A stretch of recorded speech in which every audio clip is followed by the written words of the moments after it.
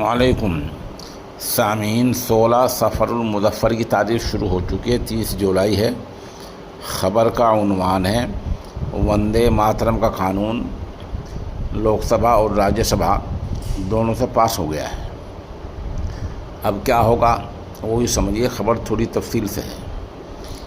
اگر کوئی آدمی جان بوجھ کر وندے ماترم کے دوران ہنگامہ کرتا ہے یا اس کے گانے میں خلل ڈالتا ہے یا وندے ماترم کی توہین کرتا ہے تو کیا اس کے خلاف فوجداری مقدمہ ہو جائے گا؟ یہ سوال فی الحال زیر بحث ہے۔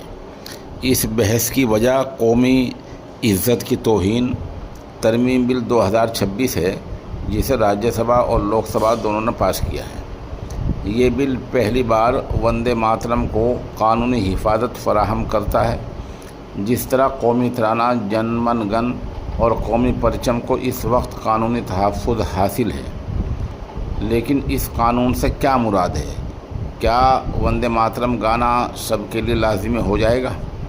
کن صورتوں میں سزا ہوگی اور اس کی مخالفت کیوں؟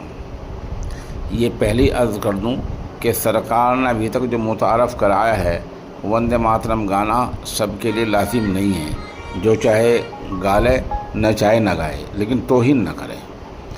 اگر یہ بل قانون بن جاتا ہے تو وندے ماترم کو نیشنل آنر ایکٹ کے تحت وہی قانونی تحفظ مل جائے گا جو فی الحال جن گن من کو حاصل ہے۔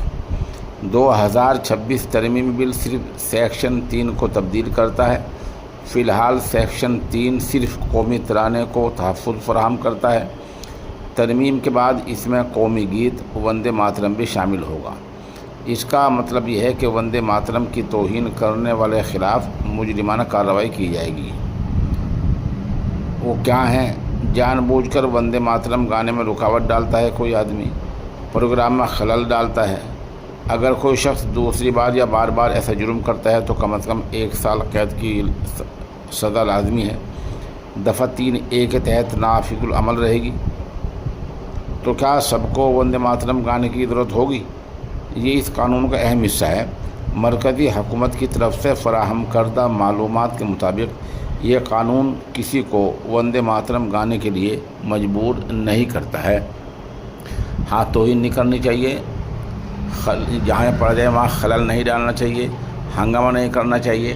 اگر ایسا کیا تو اس کو سزا ہوگی۔